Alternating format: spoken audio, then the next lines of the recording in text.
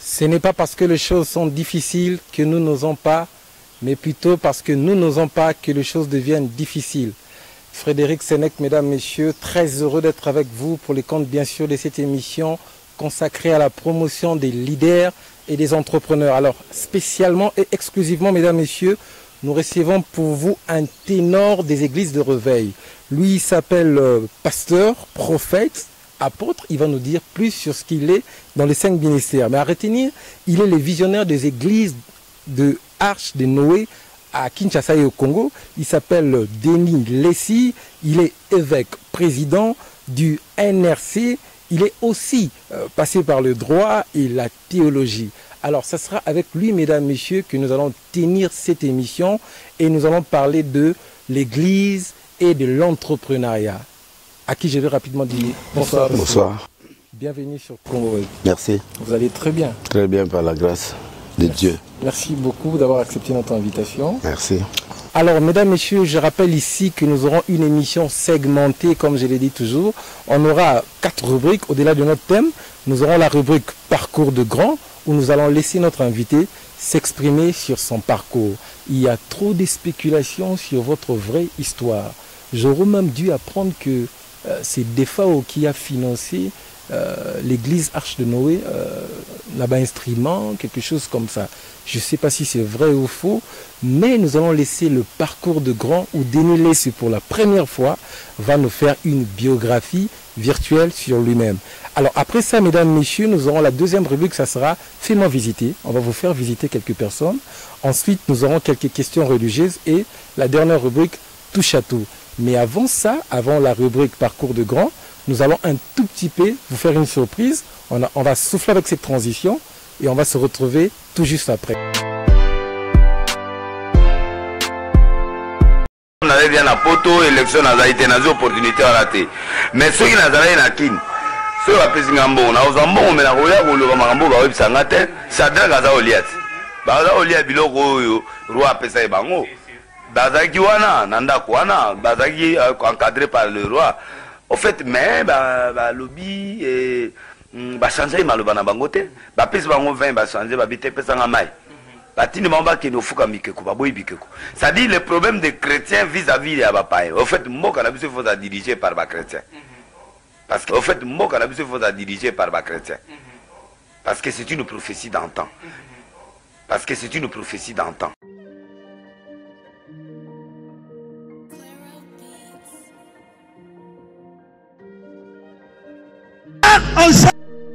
C'est la fin de la honte, c'est la fin de l'opprobre, c'est la fin de l'humiliation, c'est la fin de la pauvreté. Aujourd'hui, c'est le début du développement, de la croissance à tous les niveaux et à tous les domaines et les secteurs de la vie de ce pays. Leloyo, ezaliyo bokonzi ya mboka, okosimba, esika oyo babetaka lisasi. Lisasi wana ebetama, Afrika elingana, soni elongwa na Congo, bobola elongwa na Congo, mboka Congo etelema pona lokumu ya Nzambe. Monsieur le Président,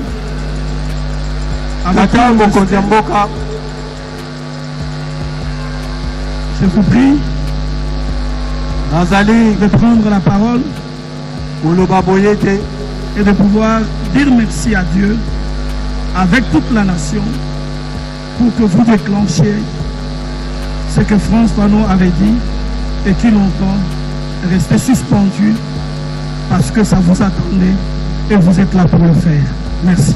Lelo tozali kosenga na yo okosimba esika wana babetaka lisasi po ete mokolo yango ezalaki kozela kaka yo okoma na bokonzi. Yango wana tozali kosenga na yo pona kozongisa matonde po ete likambo yango ekokokisama.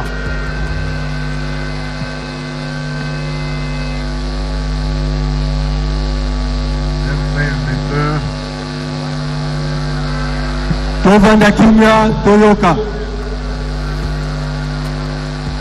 Chers frères et sœurs, chers patriotes, bandeko basi pe bibali bana nyonso ekolo ya Congo,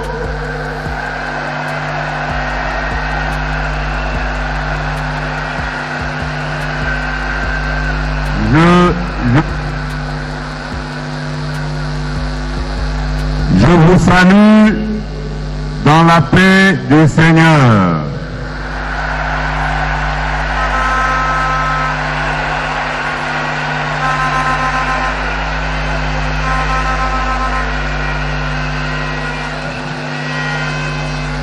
Avant de lire le message que nous allons ensemble adresser à Dieu, je voudrais demander à nos compatriotes de faire une réflexion pour que désormais chaque année, en début ou en fin d'année, il y ait un jour que nous allons consacrer pour rendre grâce à Dieu.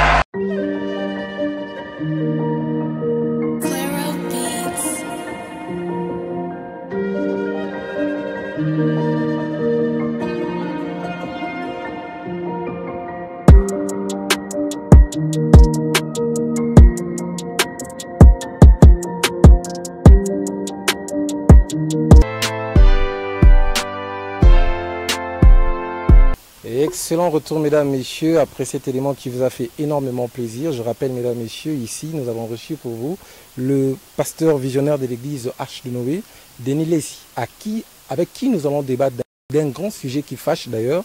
Est-ce que l'église peut contribuer pour le développement d'un pays?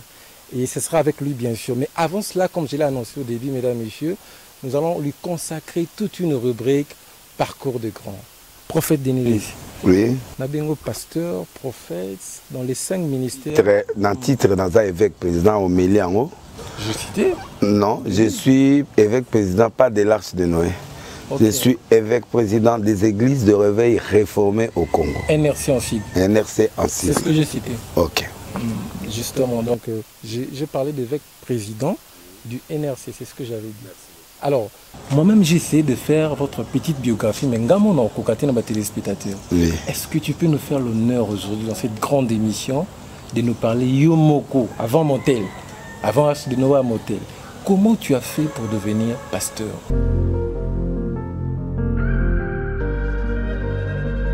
Bon, je suis converti en 80. En 80 par Charles Lessi, qui est mon frère, qui m'a amené chez frère Othon, Père son âme, là où les Mbanda, tous ces grands pasteurs sont sortis là-bas, c'est-à-dire au comité urbain à Gombe. Il est mort depuis des années, c'est lui. C'était un grand culte charismatique dans la République démocratique du Congo, il s'appelle frère Othon, Père son âme. C'est à 80 là que j'ai commencé là-bas et puis j'ai commencé à prêcher trop tôt. Et 4 ans après, je me suis révolté, je suis parti, je me suis replié au Bandounou. Là où étaient les rejets de mon père, comme il avait beaucoup de richesses, j'ai trouvé ici, ça ne passe pas. Alors, je peux supporter beaucoup de prières avec le pasteur Charles, tout seulement Jésus, tout seulement Jésus. Maman, je t'ai dit la vérité, moi, si ce n'était pas la mort, je ne priais pas. Tu peux nous aider à être bilingue. Hein? La seule chose, hein, et là, au Moko, et Tininga l'ensemble des Araliwa. Oh. Ouais. Donc, avant, vous avez pasteur, vous avez nous mais vous pasteur, vous avez un petit séminaire, vous avez études, vous avez sango na boyi na kimi na bon na boyi na koza sango bala te na boyi na zongi na eli susu ba yo récupérer nga li susu ana ah suko na boyi na pe na sali 4 ans esprit boyi li susu na kimi na na Kimboka, 82, 83, na 2, oui, na Kimboka, na Bandundu, non? Na Kekuna, na bandi ko saba business na ngana papa biloko papa tiki ba bateau ba nini donc na réunion na ngana kata biloko na comme passer chala boui famille ma bio ba aussi ba biloko na tenga na ke na ngana bandi ba business na ngana vandi après père spirituel na ngana balé aye Boton via oncle Langa, c'est un grand pasteur. Aïe côté Yanga. A Téinga, à niveau mot qui n'a abandonné tout. Na Keisko. Tant on a côté qu'une église va te Panzani. Il y a aussi un botika hier au Sambela. Dans Sambeli, à même dans Zamba pendant une année. Donc on a la gana ba matiti, toujours la gana ba moi, ba mbula, ba nyoka, ba nini. Allez, bon, il faut pour un grand avis, il faut passer par là. Jésus a commencé par là. C'est là où il m'a formé bibliquement. Il m'a amené une grande bibliothèque pour protéger la bâche, pour permettre de bébé de travailler à l'Axinga, qu'est-ce que la prophétie, qu'est-ce que le ministère, qu'est-ce que des jeunesses à l'Apocalypse. Bien formé. Tozongi, Tobimi Zamba, Tozongi na voie normale. Tozongi prière, il y a une grande église, il y a une charismatique, il y a une géré. Alors il y avait des prophètes, la prophétesse, c'est moi ma casse. Et là on est quoi accroché là. On a un ministère prophétique. Très bien. Il y a une copine Nanga Moboué. Ah. Déjà les bandeli bongo déjà. Les bandeli on est. Ah continue. Ouais, c'est-à-dire qu'il y a comme des mokoloti. Donc dans une copine Nanga ayo ko talanga pour moi na kimi par rapport na mboka place tozali na bandu to côté village mususu côté oncle azali directeur. Alors to komi wana ayelinga liboka bambisi banini to kebata bana coin. Mutuma yo ozwanga to koti zamba wana na kata zamba mwa nzete moto vandi na le ale singa na le na sisi yepake bazu moto baki nga na koti siko na cité.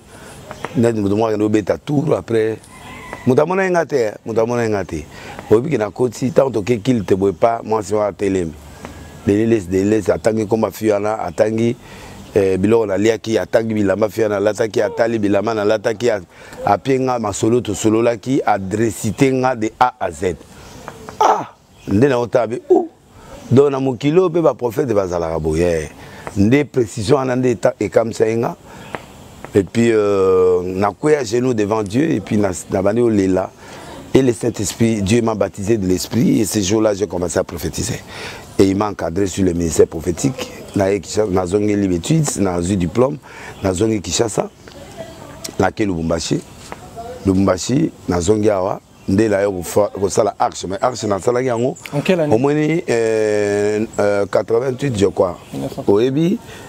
Nani moto ya nani o ya tala mafoko fa comment ouais voilà et pas Bokilo na donc Bokilo na azaki PDG Arche de Noé Bandawan non Bokilo na azaki PDG moi so ya bala zala wana place on za hôtel donc paix à son âme akufi donc na yego koma wana ambongo ibeli abiya za na batute yo anonction a full yo ya ka vanda wana memanga ka batu.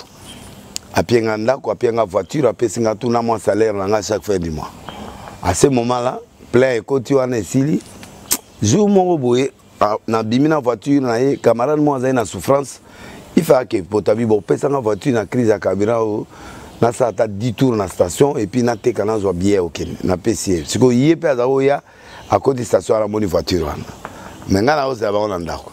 Tana komi pa na elobi na tongo ayebisenga me abano gangilanga me yunga bi oh me voiture ngo pia ingati siko songa na pia ba camarade nga basala plein essence c'est un problème. Moi échange de mots n'a trouvé que na CV la soutien na bon moi je suis un homme de Dieu et puis motaro sanga nga boyete na fâché nga na ke lalali na ke bekili tete na vandi boy na lali na moni ngai na zo corriger zaiko oh ma vision oui na corriger Zaiko na yé papa Zaiko ka yo kese Zaiko to bano non boité ba yemba boité to ko pesa ba correctif nga oh comment ngana yé to nzambe to ko corriger Zaiko ndeni. C'est là aussi j'ai vu que Nzambe m'avait appelé à beaucoup de choses na oyala tant on a commis to kimi masa se bano beta ngana to kimi ta to kimi Nzambe mutu mwa munene ba benga bitala kota na lopango ndena koti. Abi voici l'arche de Noé. Dans la mouki na tongo, na bisi papa nana bon, nazo tika yo nzamba benga na ministère. Soko edenga na matela, na ken. Na salaire na nga ya moi. Afutenga salaire na nga, na tiki mutuka na ye, na tiki bilotu. Na ke pas domestique la domestique na ndako ba domestique ya grand frère na nga Charles Les. Wana wapi? Na ngufu. A Kinshasa. nazali na ingasa na suka na rue Tembo place où nazoteya wana siko nazongi boye nake elala po moi nazongi pas grand frère te mpo na bima ye déjà ntango nakomi wana alors bana mike baosuma me navandi na ngaka wana nazwi coin moko boye nayebisi nzambe naoteka biloko nyonso nateki bilamba nyonso na binzambe yo olobi na banda maintenant na mbongo te salaire kako nasali bafiche babanderole naye na motel na pa PDG ya motel ya Fikine apesi nga salle moko eza na se wana so entre bimeuble salle moko eza ye wana ene cantine moko boye cantine place baza komela mwa eloko apesi nga akamwe prix oyo ifa apesa nga apesi nga mwa prix moko ya provisoire naluki bakiti nazwi te nakei pa basango na Saint-Joseph catholique oui bapesi nga bakiti na baba etikali instrument nakei pa bakunda 6h na expliquer bango to bato ya commune moko tala kaka na bandeloko bopianga chance na mbongo te bozwaka transport na orchestre mon la grâce o ndamo bakei pa ya Mutombo tubisha yo bamusu baye wana bamusu bakei bazali na la grâce nazwi bango nakei pa koluka instrument babi mutu ana instrument makasi ya defao nde nakomi pa defao na expliqué na pasteur maintenant na moyen te naka na $20 opianga bainstrument sekiti hier moi ah mais papa comme on a nabi de laisser ah mais yo instrument ya $300 par jour na kombi na nga ba 350 siko 3 jours $1000 mais nzamba convaincre nga na salisa yo zwa kombi batielo instrument sala campagne non so aussi si zwa mbongo no $20 tia na poche kenoko ban église c'est des fois ouais kenoko ban église na ba no peso beka instrument kaka ti soko okomi mutu nzambe na pa mulanga na fukami na bondeleli nzambe na bitu sera grand na vandi wana na mpe azo bousculer trop te nde azo succès ya makasi oyebi ke ba côté net ya ba Cameroun ba côté congolais pendo ayebana ke ka des fois après des fois apenga instrument na ye plein à craquer le premier jour plein mais siko ngai loko na teki biloko tout nazo ote ya siko naza na teki na tika veste moko na lipapa po na teki chaussure na komi à 20 mètres ya salle gouverneur Équateur moi na amoninga de laisser ya na noir au moins na plein dans la salle so yo zo doté na veste za lipapa ngabi je me contente de ce que j'ai maintenant na teki chaussure pour la campagne wana donc nazo kende boye na ke 3 vestes, 3 chaussures, 3 boubas parfait. Azika valise oignon sapienga. Abi changer kaka siko na changer na koti bilamba bon. Zwa valise na avant na changer idée, zwa biloko que do bomba ta opisa mutuno mwa bombelo après okende.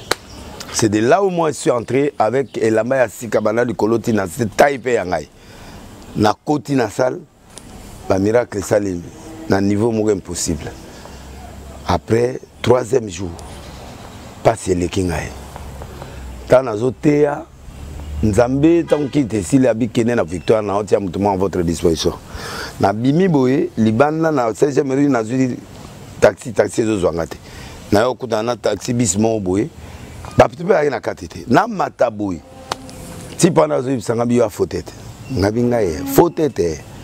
Maintenant mbongo na ngabite okota te. Papa tout discuter pendant 5 minutes sili ba démarrer. À 20 mètres, quand même, c'est tambolé, nyati bango biswane koufi. Patwa koufi, soki 13 nakati, na chauffeur, na receveur. J'ai compris que Dieu a besoin de moi. C'est ce jour-là que j'ai compris que Dieu vraiment a besoin de moi. Parce que ako permettre na kufala na pe na kena. Na zui taxi na koti na victoire, na moni voiture ya mokonzi moko ya Jeffrem. C'est un pasteur, avec vraiment deuxième personnalité n'importe quoi. Oyebi ke o bazo luko babi obima ki to landi yo tito okuto na victoire to zonga passer nani comme to ye ti na motel nzoka nde azaka na sima ya place wana na osa campagne pour campagne silite lobi ce qu'il faut na luka place église na banda ko bandati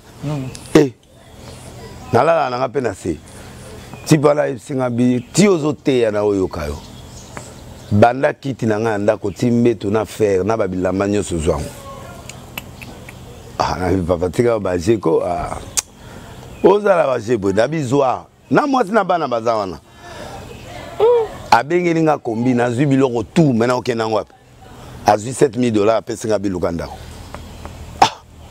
namona $7000 soki nini wana donc bambongo namona mpe yango te mpo bapériode nde nazali na Lubumbashi nde namona bambongo mais na bepreuve na traversé donc $1000 $100 apa mboko de comme problème.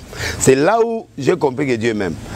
Apesi nga biloko tout azali na bakiti ya luxe ya danse bambetu babiloko tout ya ndako na ye nazwi yango na bilamba to ape on dirait taille mo nzamba na makomba nazwi bilamba na talaka PDG bilamba bende ya mafuta do ba veste bende ya solo la ba chaussures sauf que ya za ola ta 42,5 ngana ola ta 42 système ba papier kaka choisate na ma 3 chaussures langa ba pesa nga nde daye na ke na motel Fikine na moni salle mo monene na tuni prix au $100 nazwi na futi des arches de Noé à motel Fikine Banda Wana. C'est une femme rwandaise. Quelle année? 90, voilà tout comme ça. Alors à ce moment-là, ndé na bandi ndé okinzondo a bandi tinde ngoyo qui est lelo. Jusqu'aujourd'hui, quel parcours. Est-ce qu'on peut applaudir pour ça quand même? Applaudissez quand même pour lui, le risque, le goût du risque. Ce que j'ai retenu, tu as quand même risqué. Au risque à ta vie, au Tchèque campagne à 3 jours. C'est simbaïté, mais le long à yéboïté. Le goût du risque. Oui. Ça c'est extraordinaire. Mais question. Na épargné au bas détail, monsieur. Ouais, ça c'est très bien parce que la télé c'est le temps. Mais avant tout brosser bablo monsieur sous 2 petites questions. Copine non a kalati là za la kala. Ouais, mais tamboka, de bambriema ya mboka. Tamboka. Non, nabi e bambriema ya jeunesse na mboka ti. Vous comprenez là on a le vite. Non, ala y fiancé na ngate. OK. Quand on dit copine, ça dit mutu mo boye. On a fait tout ça au bima pe na babasité tout ça ko banga basi uzaka lisolo donc na parcours dans l'église catholique des FAO. Oui, c'est pourquoi on a dit que Simbate l'église catholique. Je respecte cette église. OK. Musulman, catholique, plus. Tu as un avis contraire par rapport à. Mais les musulmans, bah c'est bien bah quitte tout on a art ce sont des musulmans. Soko ke na ville wana Africa mateka ba téléphone. Papa na ya pesa nga 30 balo ba tombola chaque mois. Tilelo. Na zoango ba musulman.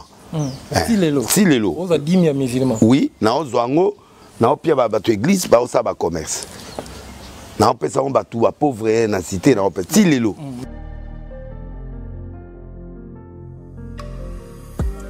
Mais avant tout si seulement le parcours de Grand Yayo, la tangi na Bible, dans la Genèse et l'Apocalypse, na moni nzondo te.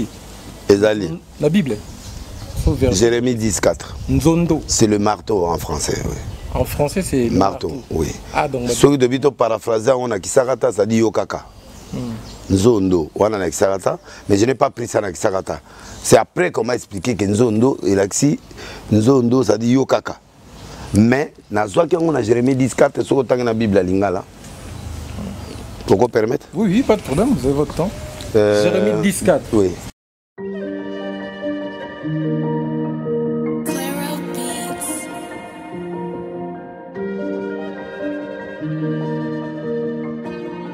Marteau.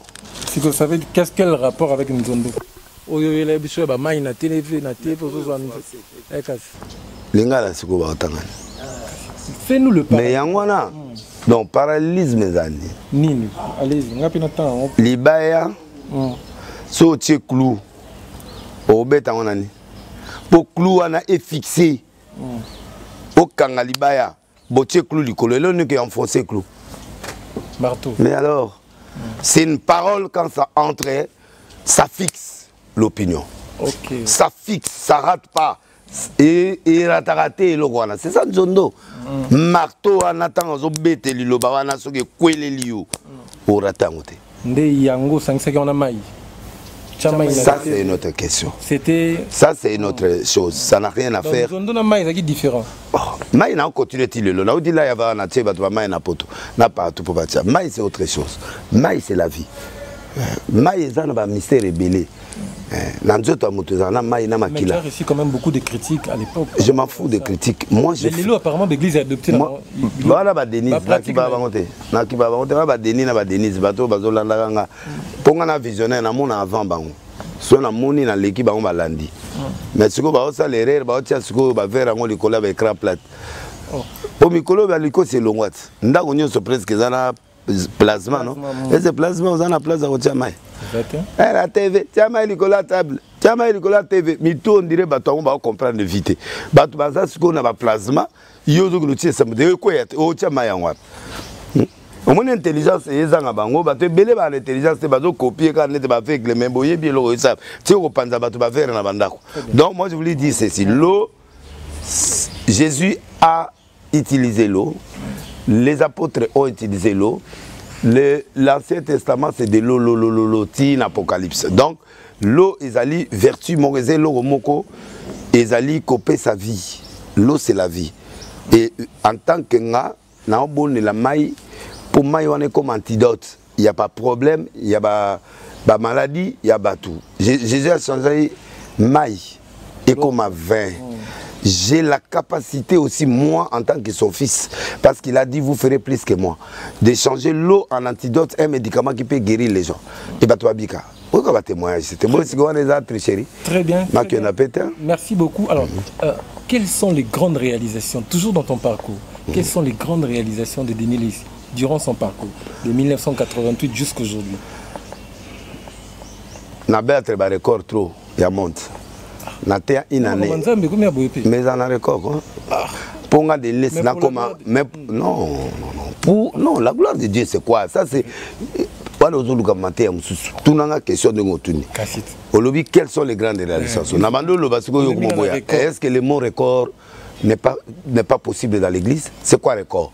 Tu dépasses un certain nombre de choses que toi-même tu as fait. Ah, par rapport à toi-même hein? Par rapport à moi-même et aux autres. Ah, Daddy, où tu as sur les autres tout ça c'est pour la gloire. Mais quand on parle que Mouto par rapport aux autres, par rapport aux êtres, à part Tamolukoki, qui fait des jeunes de 1 an, mais il est mort à chaque jour. C'est-à-dire au Tchabatou. Mais j'ai prêché en France, Londres, France, une année sans pause. Non, le bas France, une année sans pause, de laisser presque chaque jour. Et je chaque jour, na mindele. Au côté de la salle, na bengi oyaka 3e étage, chambre et na décoré chambre. Na pesio couleur à bambetu biloko tout na ndenge classement ya kit. Yo, dile ça mutaliboma. Kolande boité, un prophète c'est un fou. Réalisation. Mais je suis en train de parler non. Non, attends, on a route du Mickey. Donc 1 an sans pause et je prêche chaque jour en France. Martyr, j'ai fait plus de 7 fois. Si on a compté, on a raté 9. Raté, ils ont dit que na beli battenga poison na café 17 mai, batu baye quand même na stade bamoningate. Deuxième raté, ils ont dit que na bandi campagne, le jour où on a mikande NRC, vous les bandits banda 14h, 5h du matin.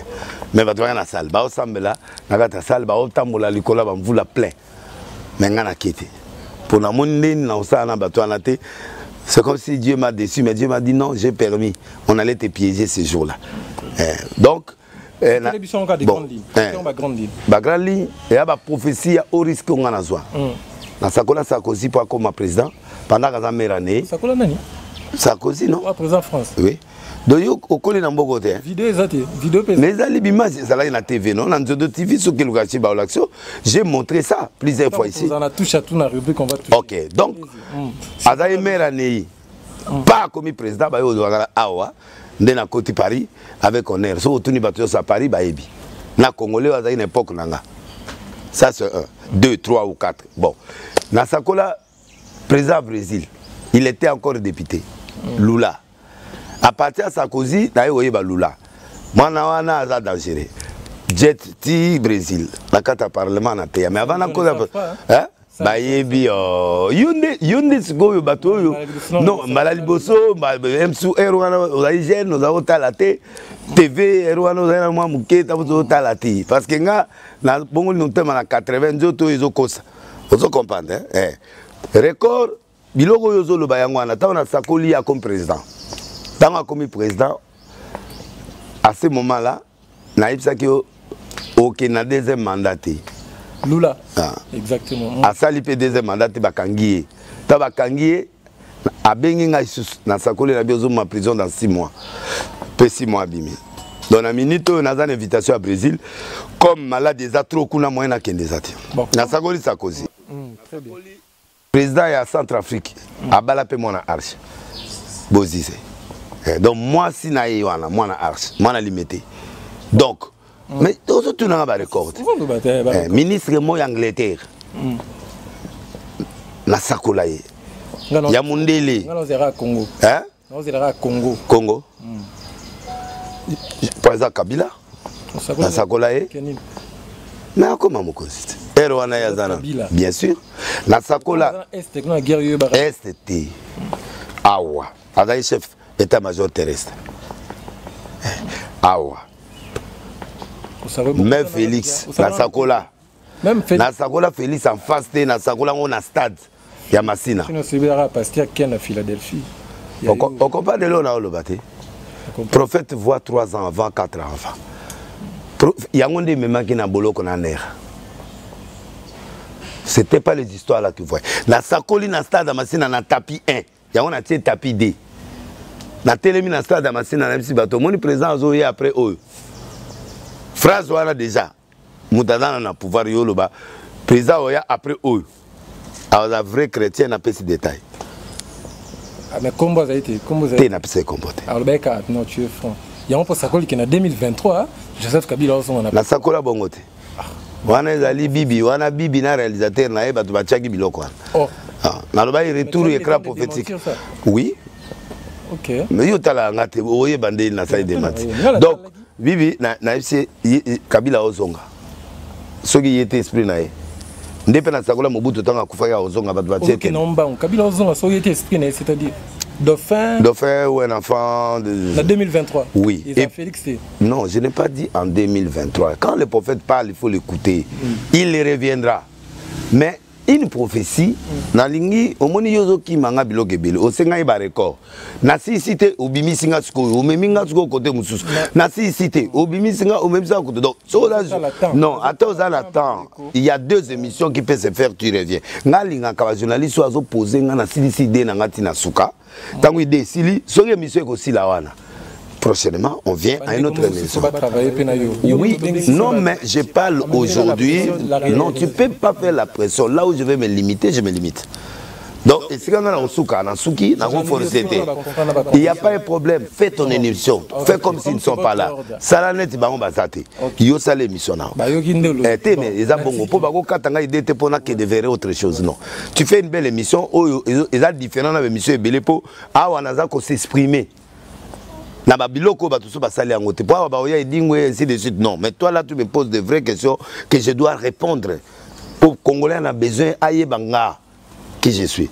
Donc na sakolié a commis. Le là za président, ngana ke boloko.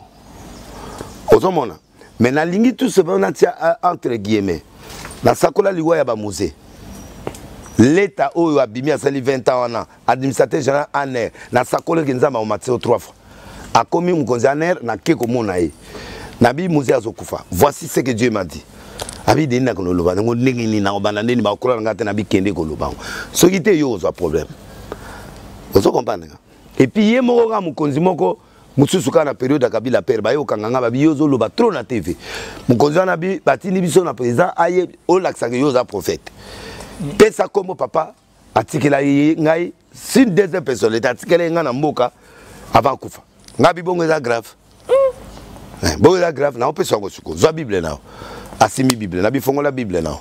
Bo souligner on a crayon Joseph. Papa na bamana na se. Basoda va yana bien arrêté. Laisse Dieu faire son travail. Yo no mona na ba scène te. Donc si ndenge ya zaiki wana ta na beti kao. Akewe sa pa bitika wa elima. Afongo li Bible batie na crayon boy Joseph. Donc na sala babilo ke belé mukonzi moko ya Afrika akangama masube kangami pendant 3 mois ba chinois ba ye ba sali nyonso ba ye ozwanga naki mai kaka ya pamba na tena Mungu na prier kaka ba asuba la bilamba na lia kitoko na kenanga Donc et na sala makambo ebele oyo zomona na mboko na keda braza na bimisa batielo mo na batiagelo mo pembe na bichwana nani cheval mo en or massif na kena pembe na boti mola batimoli pa ebimi na biba o bloquer entraîneur sorti dans longolango or massif na zongisi aki de droit la sakola guerre ya braza batwazo ya boy na bi à telle date entre ici guerre moyo bimati na frontière na aéroport et bima ba yebisi de l'est non ayebani na ntumbi ba interdire nga 17 ans. Ça 14 ans la côte à Brazzaville, na yo côte il y a 5 ans. Sikoyo. Ozo comprendre nga? Na paraphrase. Oui. On continue. Ce qu'on a na bangi tango na yo qui la fois passée au sakoleli Vital Caméra bien. Procédé de bandela les 15. Procédé nga problème nanga. Non, ko bimana. Oui, vas-y. Na bien attention na yo. Au sali calcul. Non, pour y avoir l'information, ma caisse que la pastèque est belle. La sakoli avant procès. La sakoli en il y a 4 mois déjà. On me dit qu'on a engagé. La sakoli qui presque période de moko, na période il y a écran prophétique au Kabila Ozong. Donc il y a le notaire. Et logo ya kala, et ça dit les Congolais nous savent bien on a moutouna. Wana ka herba condamné quelque temps après na sakoli. Siko Dadi. Tu mérites d'être appelé Dadi. Quand est-ce qu'un prophète peut être appelé un prophète de la nation? Pesanga chance, n'a expliqué prophétie à Kabila. Ah ok. Quand un prophète donne la prophétie, c'est pas un revolver. La prophétie c'est quoi? C'est un message que Dieu envoie pour exciter la personne qui est en place. J'ai voulu montrer à Félix que bats-toi maintenant parce que Kabila va rentrer. En d'autres termes, c'est quoi? Si Kabila doit revenir, c'est-à-dire Dieu voit que celui qui est en place n'a rien fait. Parce que les Congolais, non. Il faut pas qu'on ait plus prophétique. L'esprit prophétique, c'est quoi? C'est-à-dire, quand on appelle si Elokwana, et ça, écran, ce n'est pas la prophétie, c'est un écran. C'est le niveau top d'une prophétie qui ne rate pas. So yo ke écran prophétique, c'est-à-dire le caméra Obima. Attends les lotés, attends la procès à Obima. Quand nani ba condamné qui à mort. Kapen. Abimina ina ba violeta. Violeta ti le loi regretter na bisaki eloko wana. Kapen kutu na bisaka ya lobini. Abia soda ta bakangi na bina monio bakangio. Abio soda bakanga ke. Mais siko bakanga ki était a souffrir 20 ans après de abimi à comprendre siko nzondo ya nzondo. Donc nana lo baboué Kabila kozonga na ye ezali nini. Nzambe alaxi kozonga lo yo aux en place fait les efforts pour oublier Kabila au peuple. Fait ce que Kabila n'a pas fait. Pour faire oublier Kabila, la prophétie excite l'homme à aller vers le meilleur, pour changer. Félix Azuango, en tant que chrétien, à comprendre. Tant que na makambo ya consultation pe na fini ngoli sou bien. Donc à comprendre que faut na kabana bateau. Sur la kabana bateau té. Ba otianga bakalti na 2023 na discours té. Alors pendant un mois discours, photo kabana à péril. À un prix amitié. Mais c'est ça l'écran prophétique, non? La prophétie est suspendue, il est là. Mais maintenant, lui, il a été de faire des faux. Azui, dimension Moussousikopo, à s'exprimer. À pouvoir union au Premier ministre, Assemblée, Sénat, tout. Après, mais c'est ça. On appelle union sacrée. Opposer la question à la tête. Tout bima qui n'a pas question. La zone Lio. En passant. Avec quoi? L'union sacrée, réussir. Est-ce que ça va? C'est Félix qui va réussir. L'union sacrée, c'est ça des amis Pilipi na Mungwa. Badousu bali à la mort pipilité. Moussou bali à la Mungwa. Merci beaucoup. Donc pour Batou à l'année bazana. Baye na bango mabumu baye ba protection baye bon Félix le roi a besoin ba député au sein ana bateau d'impunité les bandeaux de miracle nango token mais ce que yo précipité ngango avant en passant. OK donc union sacrée et récité union salade, union sacrée, union quoi? C'est Félix. Félix va réussir, mais l'union sacrée va échouer. Mais Barobengana Bango, Félix va réussir, mais l'union sacrée va échouer. Mais Barobengana Bango. Ni parti politique, c'est Zali, autour d'un parti politique. On va mélanger prophétie, qu'est-ce qu'un prophète? Moi, Nazongana, Biloro, Naza prophète, Naza disque dur, Naïbi, que ce opposé, na ozongi longo. Si vous avez embrouillé, soko tsinga su union sacrée. Autour d'un président a expliqué. Union sacrée, c'est quoi? c'est un escalier on zamba ko utiliser après ça Félix pour atteindre l'objectif. Ça peut mourir. Pour ce que à comme il premier ministre, à comme il y a parlement, à comme il y a sénat, abado gérer batouner proprement. Na suka obengana ba ebelete ba miyibi. Pour ayebi ko muyibi, o muyiba kala maintenant a besoin na bango pour héros na la soité, na parlement te na le lote. Vous comprenez? Bon maintenant il a ces gens là akokena bango na miyibi na bato nyonso ba aventurer nyonso na okena bango mais er moko boy un an après a raisonner ngo bien ndeka kenda na FCC ba ke bien ti aller bakati akomi union sacrée yoka zibulu ana zaina ngo bana kalate c'est un visionnaire a mona Sphinx aza mona Tshisekedi abaraka ba biloko okomi boy pa Mobutu wa baré na ya boy na azongi ndako Makila n'est pas Félix. Donc, Azola n'a le tatana et il fait bien son travail. Donc, le problème, c'est que vous comprenez. Mokolobo Sembatouninga, qui est l'homme le plus dangereux du Congo, Nabi Félix. Abi comment Kabila Tengabi Gelote. Félix, parce que Moutana Makamona Moté, moi, comme ça, les gars, suppriment de bateau. C'est ce qu'il a fait aujourd'hui. Un prophète fait la lecture de quelqu'un. Bateau Abi Félix, c'était. Félix a dangereux, Morondo Zomone. Tiens! A dangereux. Père aussi pas battre belé on a obengana bango na suka. Ba mo ba leki na mayele zelo ko moni loko na opso. Na epsa ki bino ke nuage mo ko planer entre FCC la depuis to passer zone à turbulence yango. Parce que bilo on zo luka on a sala ndi sa kola on bolinga on ndeni. Tout ça le roi aux émissions en ngai. Ngamo na enregistrer ba professionnel ton non ça qui les 6 grandes révélations de Denis Lessier pour la RDC. Oui. OK Tina Yango. Oui. OK na le to enregistrer dans la tout bazar oyo lo balelo to enregistrer. Il y a caméra to challenge qui. Oui. On a total. Mais tout qui est malin de malin. La question on a posé qui on est touche à tout au coin de Félix Wana. Donc tout ça on a bâton rompu vraiment. La question on a posé qui aujourd'hui on a les pasteurs, les prophètes Francis Tatou, on a plusieurs prophètes. Kotangela nga Tatou te wana bana nanga. So na koti na bureau à Tatou à télé na kitinga na vandi. Tunae question. Non mais tu peux pas me parler quand on parle de prophète, parle-moi prophète à bas niveau nanga parce qu'après Kimbangu c'est moi. Tu peux pas me parler Tatou à moi na abimi na tiela kai loboko. Ce que vous comparez nanga ndeni. Que nous tournons même question à répondre, c'est un prophète. Mais tu ne peux pas le considérer avec moi. Il en est aux oies. Il fallait le considérer dans Kofi. Tout ça, il y a une génération. Il y a un Sonigo. Bazaba Yaya, au même moment, on a bimé dans la génération, on a un quota. Donc, il y a un pasteur Sonigo, une génération. Oui, Bazaba papa, Yaya, papa te. Mukuna ya après nga. Na le papa. Mukuna ya après. Mais la boule monté en 80, et Mukuna boxeur. Ngata on a commis pasteur Dominique Ngoyi à 9 régions ou a commis na sous-région.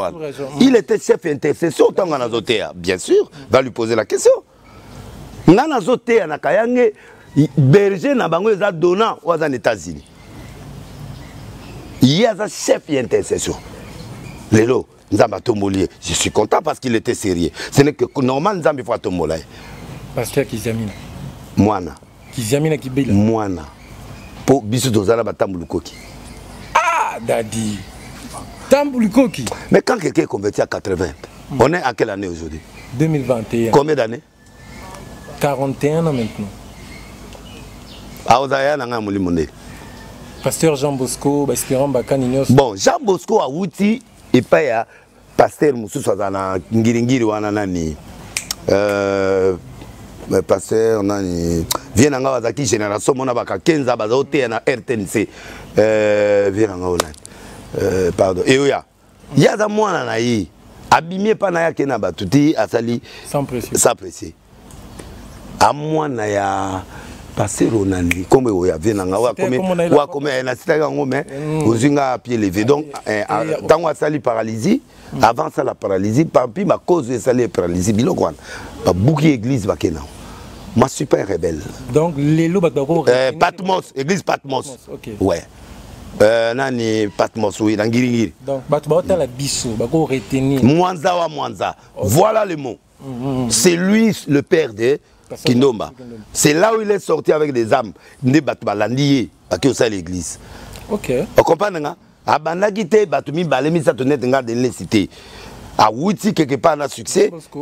Mais batu balandi ndepe balanda ki nani o ya 9 régions alongwe kuna ayeye moko na 9 régions mais batu akayanga nyoso balandi. OK. Dominique Ngoyi, mais bien sûr. Mais tout naïe, moi je raconte l'histoire. La minimiser était beaucoup de respect à mon frère pasteur, mais l'histoire reste l'histoire. Très bien. Et voilà, donc, on a vu sur le papa na bango Fididi. Babengana ye. Mais na so yipso wana tozana ba 86 biloko na yipso. Tala hotel na bakayenge wana. Tant na zo te na bigizo wana nyoso. Wana tozana campus pour Christ. Olandinga bino bobotami na ya bato ya makiona mais biniso to bandi na wana. Ba vrai miracle. Ba vraie prophétie. C'est ça. Histoire yo no yebsanga na comme et puis passer mukuna wana yaza azaki boxer après ko koma prophète une église moko boya papa moko ACK église ACK mukolo église ACK nde babandi ko samela na na salon mukolo ACK za mukuna non mais na so betelo lisolo église de réveil monsieur il a problème belé mukuna il a problème belé yo pasteur mukuna c'est mon grand frère en âge c'est un évêque que je respecte. Non, la ministère n'a évité quand à Bongola et Motema. Mais moi au moins c'est à 80. Et Rwanda, parce que Gizamina a directeur sur l'école, à sa école. Mais ça pas trop d'école. Oui, bah oh. Donc il va passer, il va être même il Tamuluko qui en a des professeurs, même Kimbuta a des professeurs. Il va monter.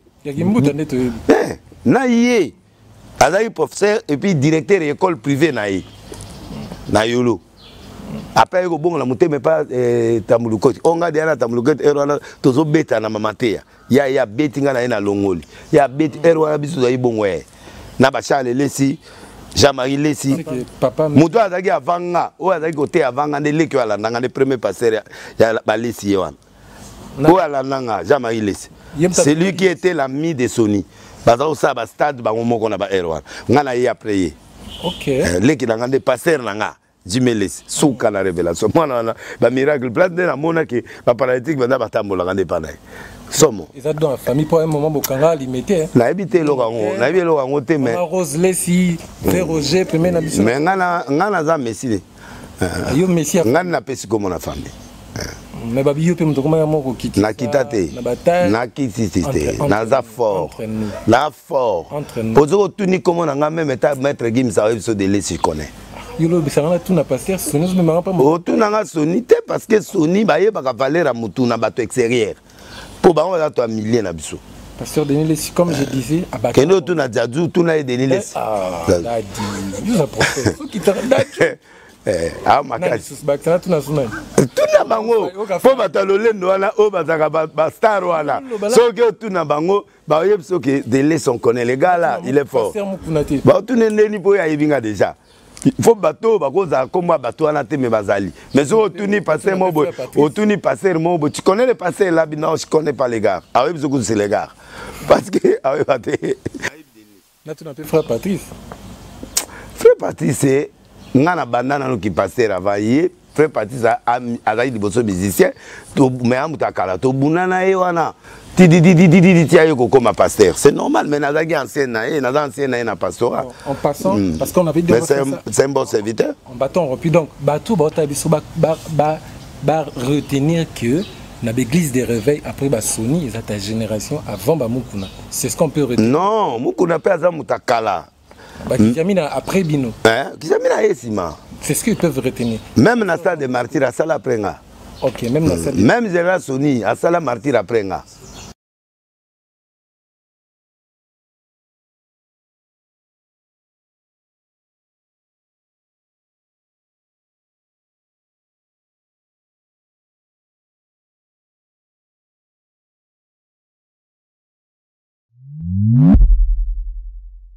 Voici la carte Visa MaxiCash conçue pour vous.